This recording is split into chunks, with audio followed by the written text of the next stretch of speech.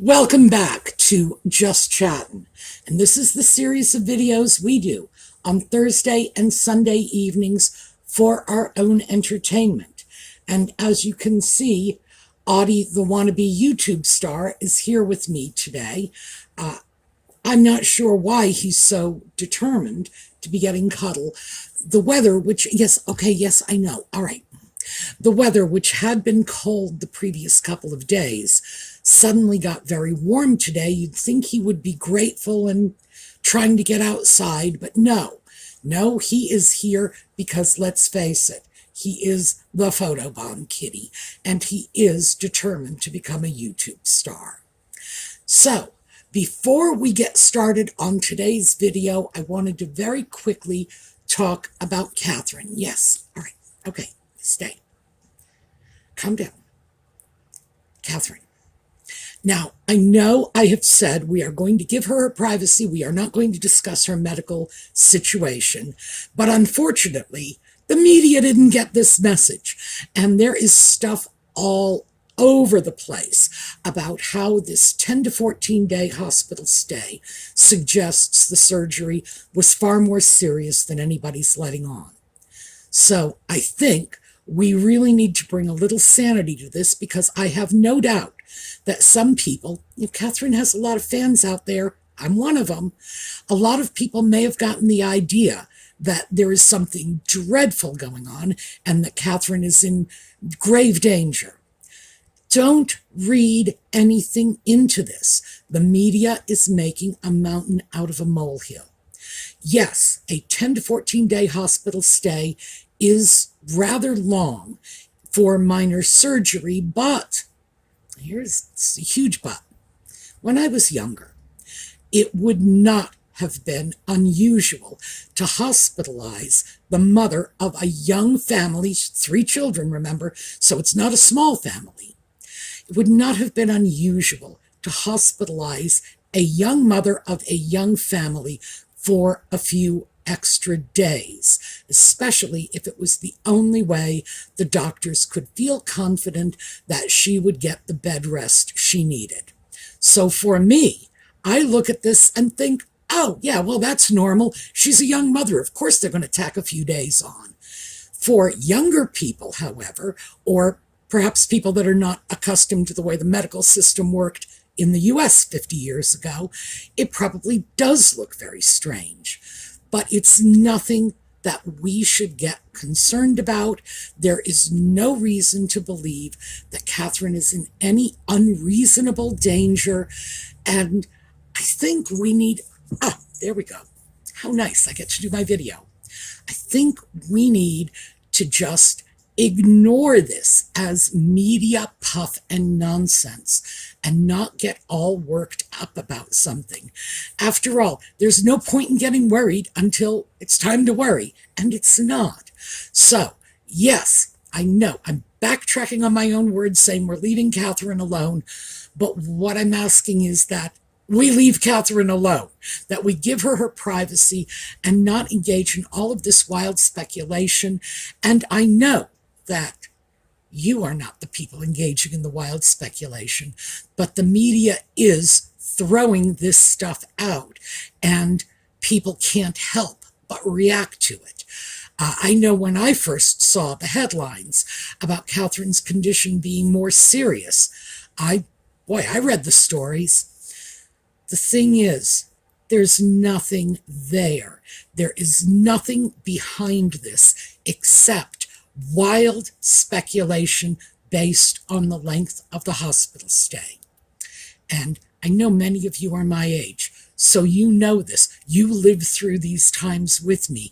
Do you remember 50 years ago when this was not unusual to just keep mom in the hospital for an extra day or two for a little peace and quiet, just to make sure that she didn't get discharged and 20 minutes later walk around the house vacuuming with a baby in her arms?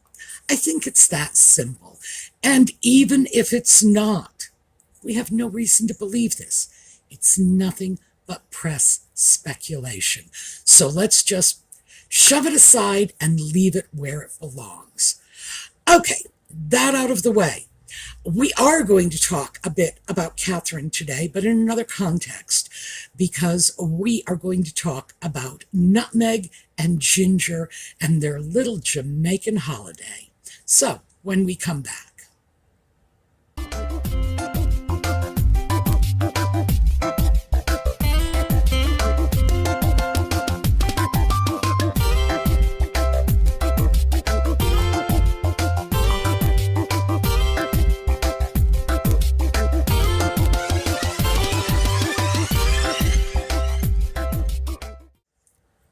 Well, Audie is still here with us. He's crawling around on the chair behind me, just waiting for his opportunity to insert himself into the video again. And we'll see. Maybe he can amuse himself by looking out the window. Some interesting things have happened in the last few days. Now, separate interesting things, so we're going to tie them together. Jeff Bezos, who is a multi-billionaire, therefore undoubtedly on Nutmeg's radar, even if he's not on the sock puppet's radar, had a 60th birthday party. And we know that the sock puppet is at least acquainted with Bezos because we have the photographic evidence of that from that Legends of Aviation's award in which they were photographed together. Interestingly enough, despite the close personal contact of a shared selfie, Nutmeg and Ginger apparently did not warrant an invitation to Bezos' star-studded 60th birthday party. Nope. Many of their friends and cohorts, and, well, I don't know if they're friends, associates and cohorts, Oprah Winfrey, Gayle King, Katy Perry and Orlando Bloom, and Beyonce and Jay-Z. Jay-Z and Beyonce. There we go, got that right. Forgive me, this is not my generation of celebrities. They were all there. No Nutmeg, no Ginger. So, obviously, they can't be sitting home alone on a Friday night, the only people without an invite. So they had to go off and do something else. And that something else was attending the premiere of a movie about Bob Marley in Jamaica.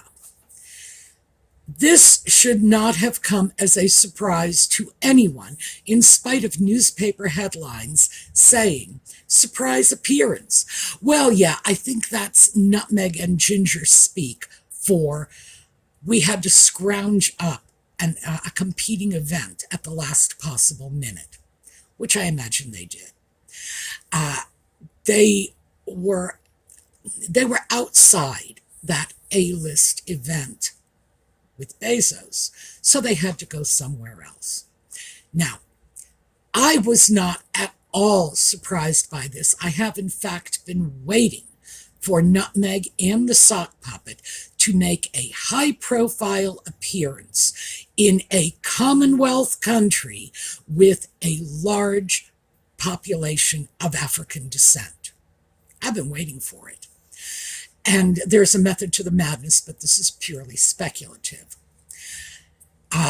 It was rumored, and this is the amusing part, it was rumored that Nutmeg had purchased this Carolina Herrera ball gown to go to the Aviation Legends Award dinner because, of course, it's black, and Diana wore a black dress when she danced with John Travolta, and Nutmeg wanted to be there on that stage with John Travolta in the black dress doing her Diana 2.0, which is just, it's weird, it's creepy, and it's getting very, very tired. So, rumor has it that's why she didn't show up, because Travolta was not willing to walk her across the dance floor or dance her across the floor, whatever she was expecting. But he was clearly not willing to play the I am the reincarnation of Diana game with her, and that's why she didn't show up. I don't know. This is all rumors. That part is all speculation. The Carolina Herrera dress is not. She was photographed in that in Jamaica, where she was wildly overdressed, not just compared to the other people present at the event, but compared to the sock puppet, who looked like he just rolled out of bed, which frankly, that's becoming very much on brand for him. Oh, and Carolina Herrera. I wore the scarf in honor of the Carolina Herrera dress, which doesn't suit Nutmeg, but it's actually a very nice dress as opposed to that red monstrosity that she wore a couple of years ago that I didn't care for a bit. So, yes, Carolina Herrera. But here you go, Nutmeg. It doesn't make you special, because I got a Carolina Herrera piece, and I'm not very special. So, oh, I'm sorry, I should probably mention, to the fans of my scarf collection, cashmere, wool, silk, $60, Carolina Herrera. So, yeah, wearing Carolina Herrera does not necessarily brand you as a millionaire. All right, enough on that little silliness. The reason I was expecting this is because of all of the rumors, which I feel are very credible, that Nutmeg and the sock puppet have been hoping to worm their way back into the royal fold. Now, they're making a big fuss over all these overtures. We sent good wishes to King Charles. We sent good wishes to Princess Catherine. And I already told you, I think that was nothing but, a note scribbled on a napkin, tossed in a beer bottle, tossed in the ocean. If it did happen, I really do not think it was much more than a 2-line email, and that's at best. So they're trying very hard to reestablish the royal connection because they're failing. They're not just floundering, they are foundering. So, interesting difference in the words. Floundering is just flapping around like a flounder, not doing well. Foundering is going to the bottom of the ocean, and that's what they are doing. So, what are we looking at? We're looking at people on their way down, desperate to reconnect with the royal family, which was their only claim to fame in the first place. And how will they do that? Well, 2 years ago, William and Catherine went to Jamaica. And although the public received them very, very well, and if you saw any of the photographs, any of the video of that trip, there can be no doubt in your mind that they were very, very much appreciated and welcomed by the people of Jamaica. But it was politically tense because the Jamaican president had gotten them involved, well, William in particular, involved in a political discussion. And remember, even though they were representing the Queen does not create national policy in the UK. So this was an inappropriate conversation to begin with. In that sense, they were there representing the Crown, but not representing Parliament. That's a key difference. We don't have that in the United States. The president is the president, and that's the end of it. This is sort of the chief mover and shaper of policy in our country. The royal family have very little to do with policy. Very little. In general, what they do is they take the policies developed by Parliament and then they put a happy little face on it and spread the joy. So the idea of even having this conversation with William in the first place was inappropriate.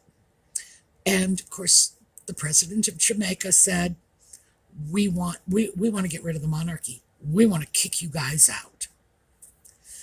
Now, if we pull back from that for a moment, we can see this may not be an unreasonable position for the people of Jamaica. This is a country that is 90%, over 90% of African descent. And it is a country in which half the people speak Jamaican patois, but English is the national language, the official language. There are some issues there, and you don't have to be, you don't have to have a degree in political science to be able to see there are things going on in Jamaica. There was a colonial history. There's a lot of stuff. But should this have been dumped on William and Catherine? No, of course not. That just made things very awkward. And then following this ridiculous conversation, the pictures come out. And it's pictures showing Catherine shaking hands through a fence with people. And it just very much looks like the Jamaican population, again, 90% of African descent, is being confined behind a chain link fence. Well, when we saw the larger pictures, the greater view, we could see that wasn't at all what was going on.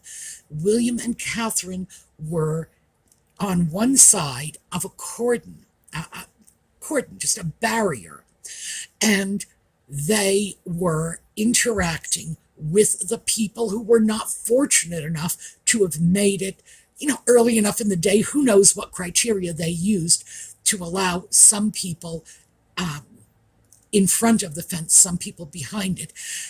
They were reaching out to connect with everyone, including the people who, for whatever reason, had not merited front row seats to their visit. And good for them.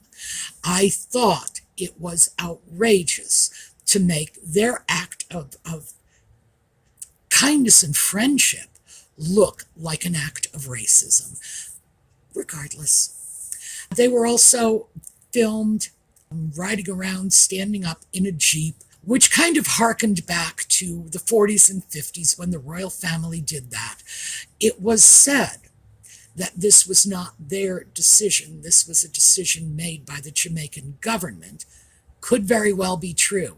It could be the Jamaican government set this up specifically so William and Catherine could be seen by the most people, which is why those standing up car rides in the Jeep became popular in the first place.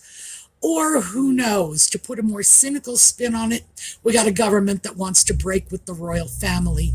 Maybe they did it to make some sort of statement about the prior colonialist history. We don't know that, and I'm sure nobody's ever going to admit it if that's really what was taking place. At the end of the day, that visit was not a success. At the end of the day, every bit of goodwill William and Catherine might have generated from that visit was overshadowed by the talk of racism and colonialism and Jamaica separating from the Commonwealth. There you go. That, I think, is why Nutmeg and the Sock Puppet chose this particular country. It would have been my first choice if I were them for this allegedly surprising visit, because they want to cozy back into the royal family. Look what we can do for you.